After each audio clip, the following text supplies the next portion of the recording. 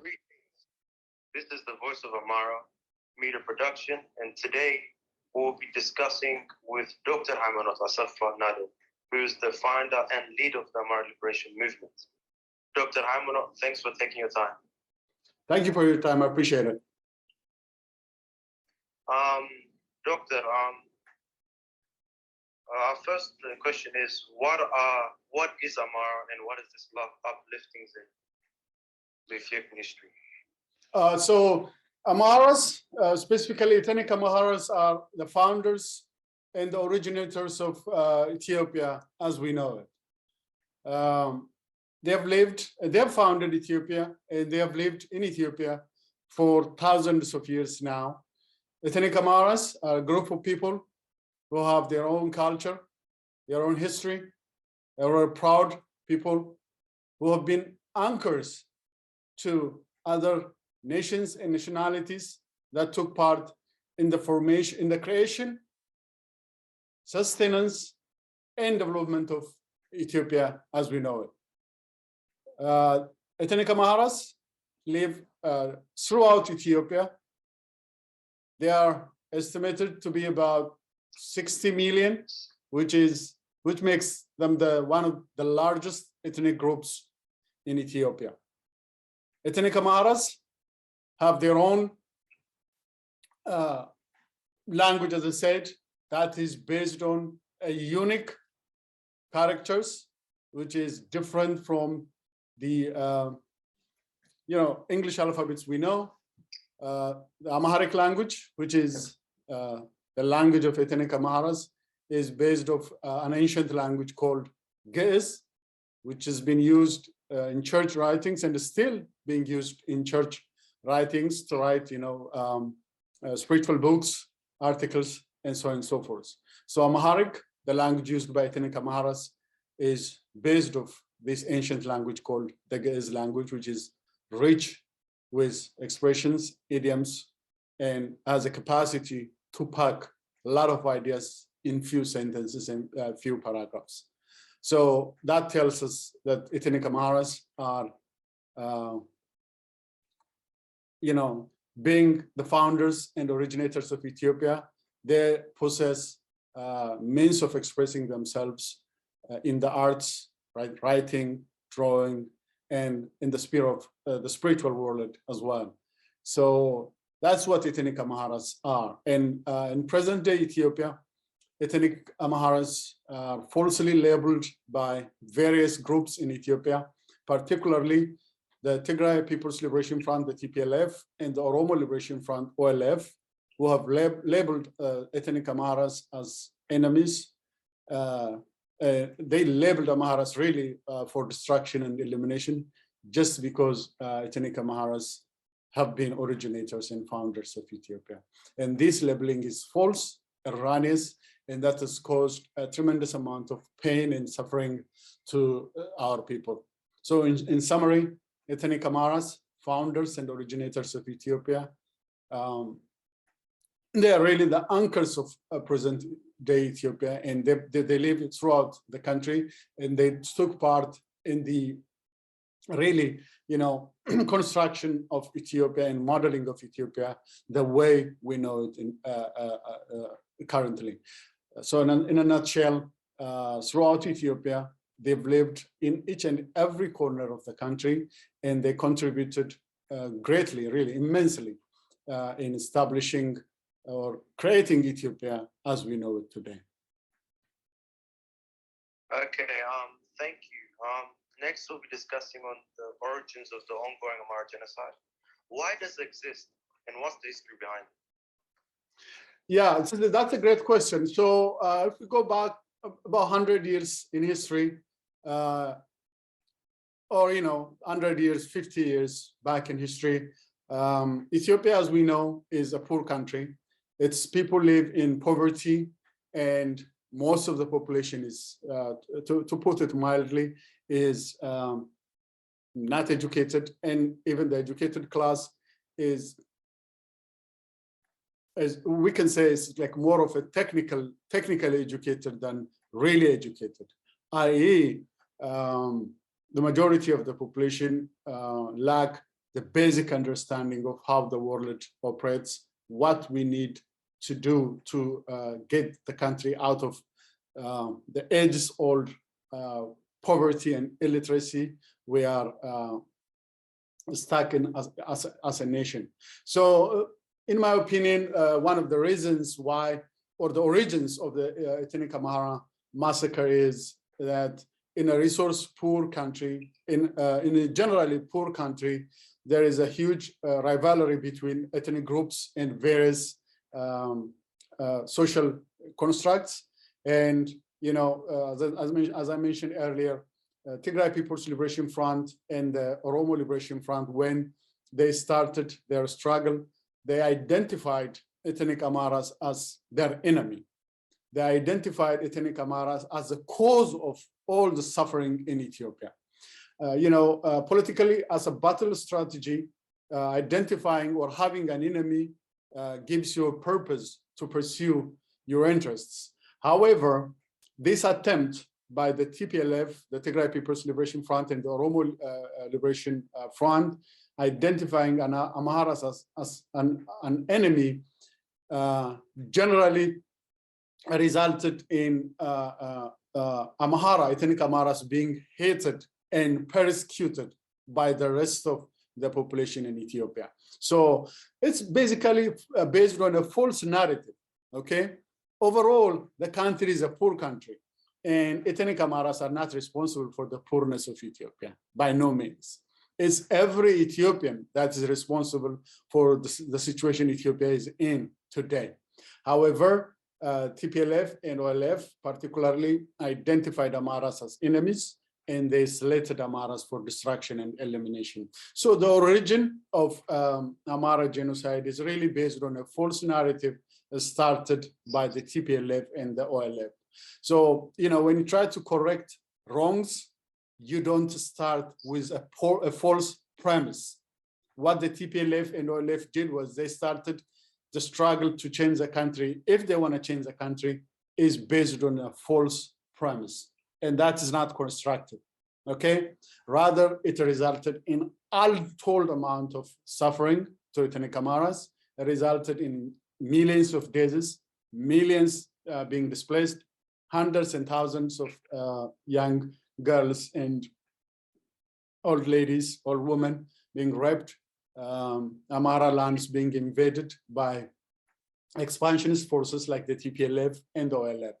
So origin of ethnic Amhara genocide is really a premise based on false assumptions, a premise based on hate, a premise based on inability of other groups to change themselves and the country all in all, okay? So in a resource poor setting like in Ethiopia, while we should have shared the available resources based on equity and justice, the TPLF and OLF started a false narrative of the reason for all their misfortunes is ethnic Amharas.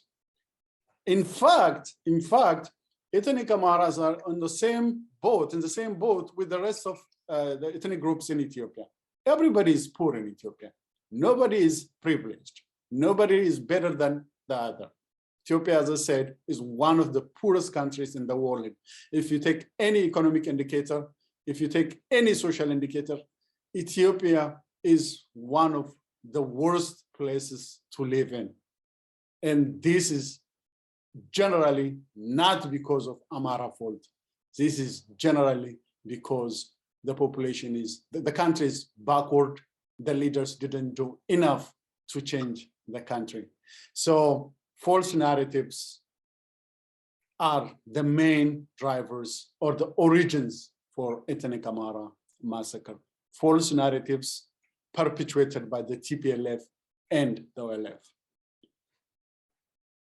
Okay, throughout history, particularly the 5 decades, there have been 3 government regimes, the Derg, the TPLF, and now the Abiy regime. Let us discuss about the Derg's hand on the Amhara genocide and how they produced or influenced the anti-Amhara ideology or narrative. in Ethiopia?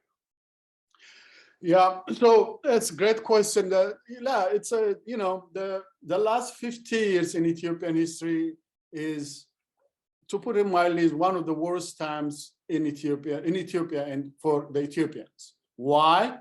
Because we know so many countries like Singapore, South Korea, Taiwan, who have transformed their nation and their people within 50 years period of time. They transformed their countries from a backward, poor, destitute country into a great nation by engaging the whole population into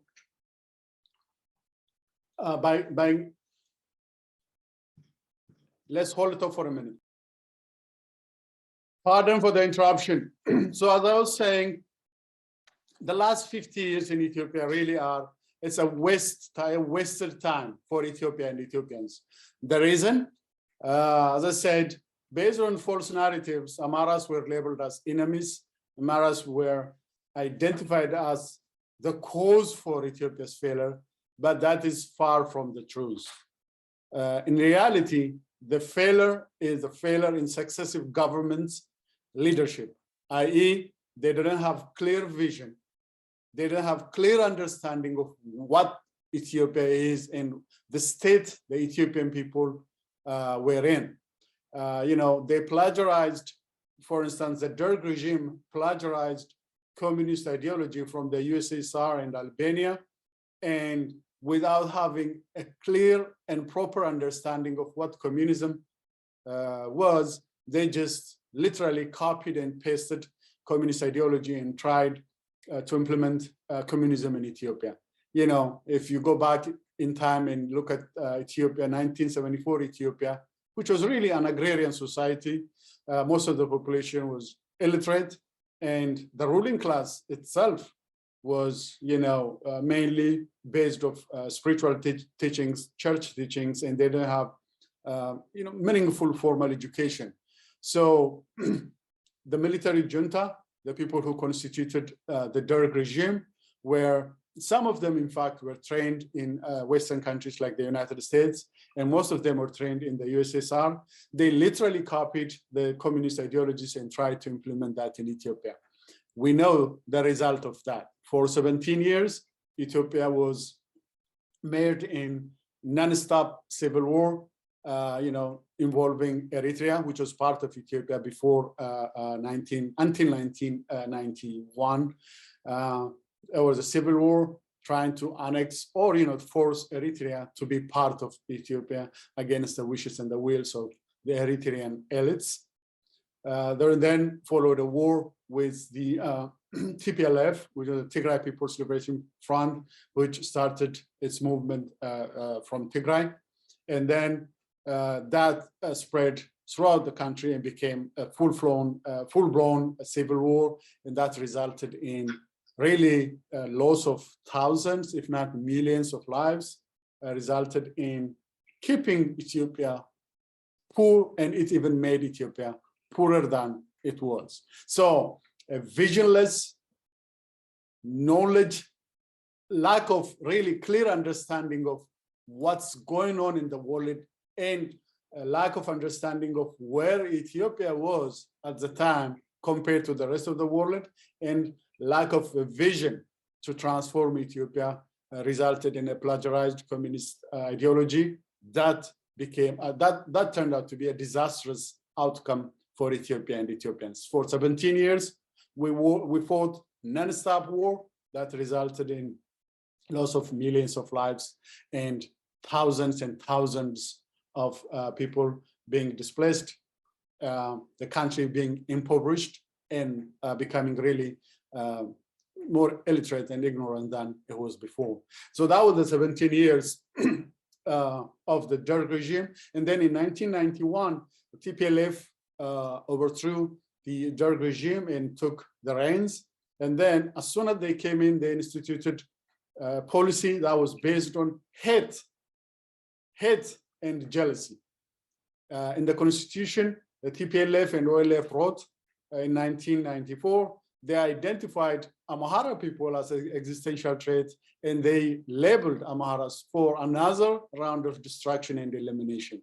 So they, in the constitution, they clearly wrote that Amharas are the enemies, and then the whole struggle, the whole government apparatus, the whole effort of Ethiopia's government, starting from 1991, that was led by the TPLF, that later converted into the EPRDF, Ethiopian People's Revolutionary Democratic Forces.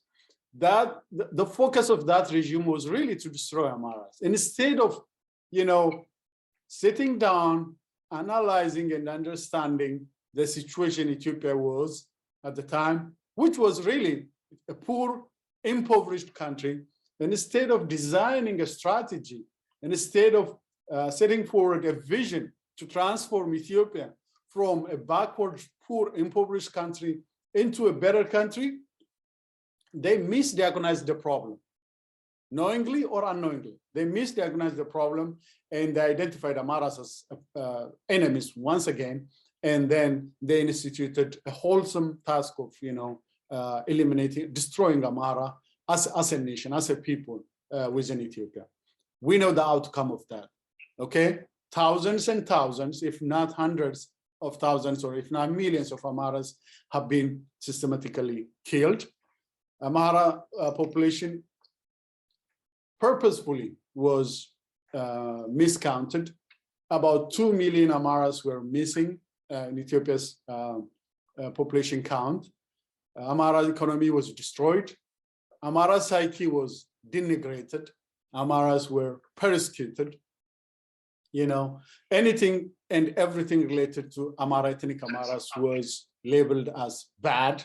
And the outcome of that is it resulted in more suffering. Okay, it's resulted in more destruction.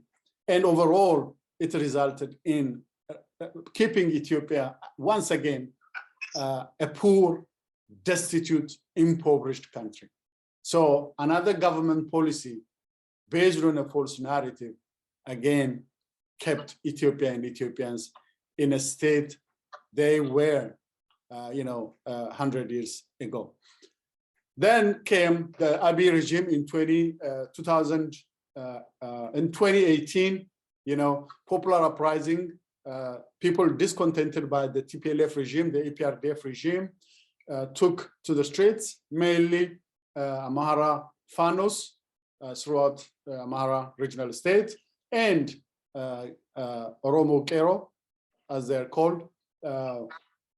They rose against the TPLF, EPRDF, and popular discontent again led to the overthrow of the TPLF regime. And then the current government led by I'll call it a junta. The current junta led by Abiy Ahmed came to power in 2018. And once again, they continued on the ethnic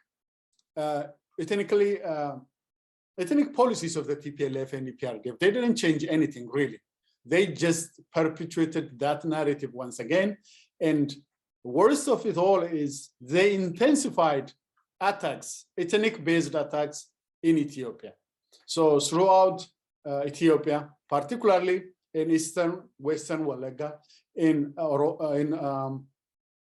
Gambela, Benishangul, Harar, southern Ethiopia, Addis Ababa, in Amhara region itself, in Gondar, Gojam, Wollo, Shawa, in all parts of Ethiopia, Amhara persecution and genocide got intensified under the Abiy regime. The reason, again, it's a false narrative claiming that the cause of all Ethiopians' problem, suffering is Amhara. This is a false narrative. And instead of identifying the problem correctly and setting up a clear agenda, a transformative agenda, they once again perpetuated the TPLF narrative. And then that resulted, as we see it today, in a failed state. We don't have really a viable government, Ethiopia. Ethiopia has failed as a nation. Ethiopian government has failed as a government, resulting in untold horrors for the whole of Ethiopia, and particularly for ethnic Amharas. As we know, within the last 4 years, there have been more than 1,650 ethnic-based attacks in Ethiopia. Ethnic-based attacks. And the primary target of these ethnic-based attacks is ethnic Amharas throughout Ethiopia, resulting in thousands and thousands of deaths, millions being displaced. If you look at the stats today, more than 11 million ethnic Amharas displaced in Ethiopia. They are living in horrible conditions in temporary shelters that are not really, that cannot be called really shelters. They are literally, they are living in the fields and wherever they could, a place they could find. The country is ravaged with, like most people in Ethiopia are hungry. There was not enough food to go around for everyone. Inflation is skyrocketing. The country's economy is it's in shambles, to put it mildly. The country does not have any foreign currency reserve. The country cannot afford to buy fuel, cannot afford to buy medicine, cannot afford to buy food. So it's a classic example of a failed state. On top of Ethiopia being poor, on top of Ethiopia being impoverished, now you add a failed government that exacerbates the problem the Ethiopian people are facing at the moment. So primarily, ethnic Amharas are at the forefront, receiving this onslaught of destruction, elimination, and displacement.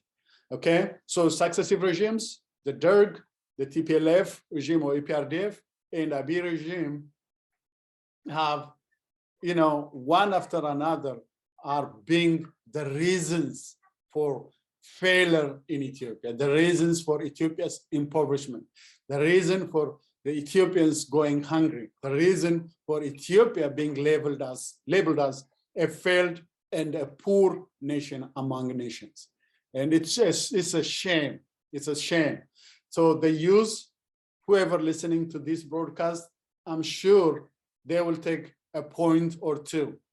It's up to us to change the country. It's up to us to rise up to the challenge and lead the freedom struggle. We have been subjugated by various regimes for no apparent true reason. Okay? False narratives, false assessment of the problem, mismanagement, gross mismanagement as a government resulted in Ethiopia's failure and resulted in horrendous horrors, terrible horrors in Ethiopia.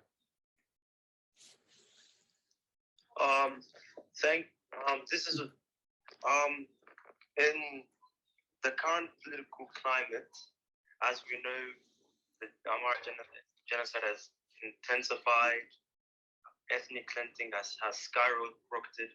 Can you please give a statement or a message to the Amhara youth on why the Amhara nationalism is important? And it's basically based on our survival of our people. Could you just give us like a message to the Amhara youth? Yeah, a great question, yes. So as I've said before, Amharas basically, ethnic Amharas are denied right to life. Right to life is the most fundamental of human rights, okay? So Amharas are denied right to exist as a people, right to exist as a nation in Ethiopia. So this should concern everyone. This should concern everyone. And we should act immediately.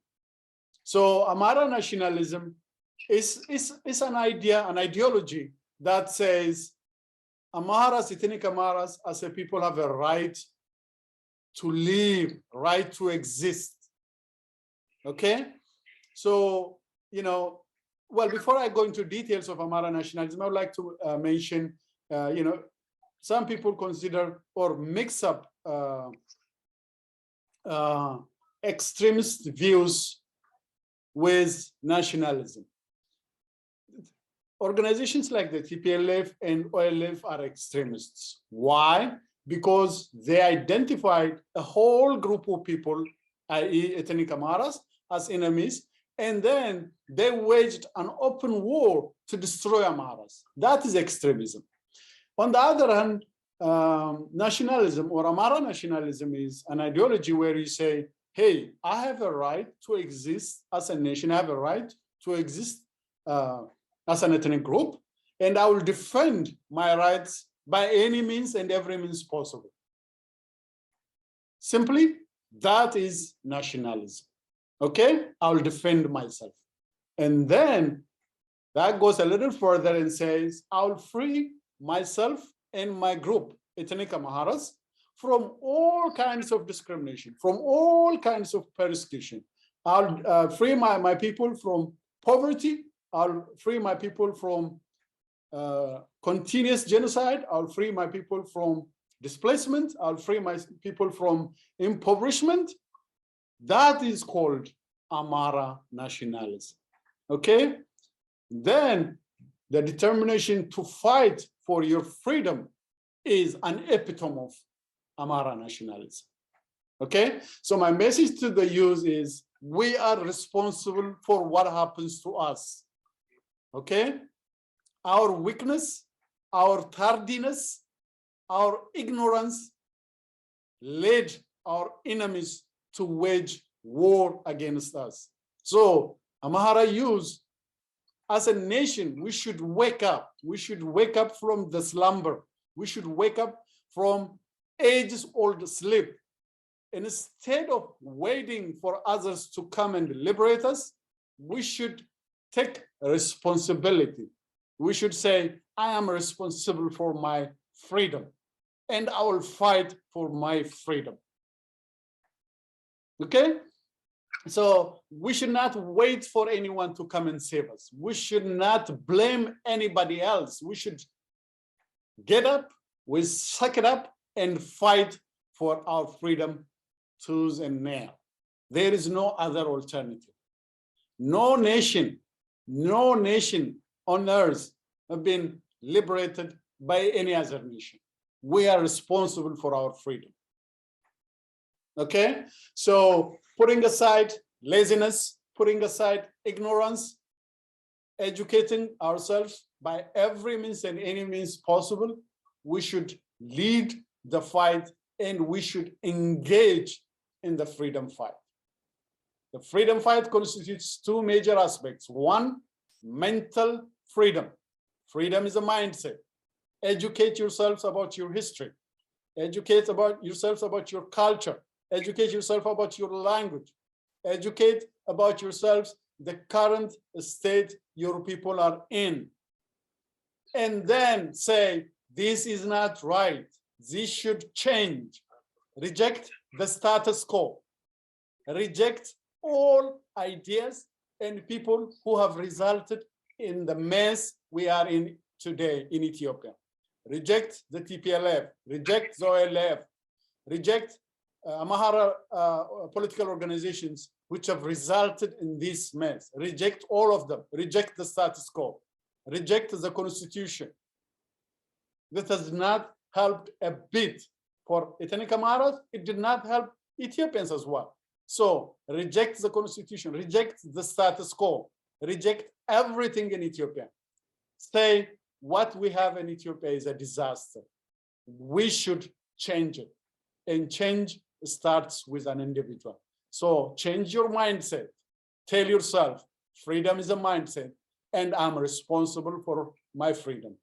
I will fight for my freedom and for my people's freedom. So change your psyche, change your mind, educate, be adept, okay? Be courageous, be honest, be truthful, be selfless, and be at the forefront of the fight. Lead the fight and do the actual fight yourselves. That's one. Number two is the physical liberation from a physical bondage. Liberate all ethnic Amharas from what's happening today in Ethiopia. The genocide, a horrible genocide, the displacements, the rapes, the invasions, destruction of property, destruction of the country as a whole. So liberate ourselves in two aspects: mental freedom, mental preparation, determination to fight to death, and then through that process, physically liberate Amharas from all the horrors that's going on in Ethiopia, and be an anchor to a transformed Ethiopia. That's the only way we can get out of this quagmire we are in. We need to have a radically new ideology where everyone could live in peace, happiness, and in harmony. The only way to bring that about is everyone should be responsible for their own freedom, should fight with determination and grit, and lead the struggle with selfless devotion and determination. So my message to the youth is stop being a crybaby, okay? Stop giving excuses, okay? Stop blaming others. You are responsible. We are responsible for what happens to us. Take responsibility and lead the fight. Be the person you want to be, okay? We know what's going on in Ethiopia is not right. Then tell yourself what's happening is not right. So say, we need to change it. And change is in us. Change is in each and every one of us. Be that change and lead that change. Never, ever be lazy.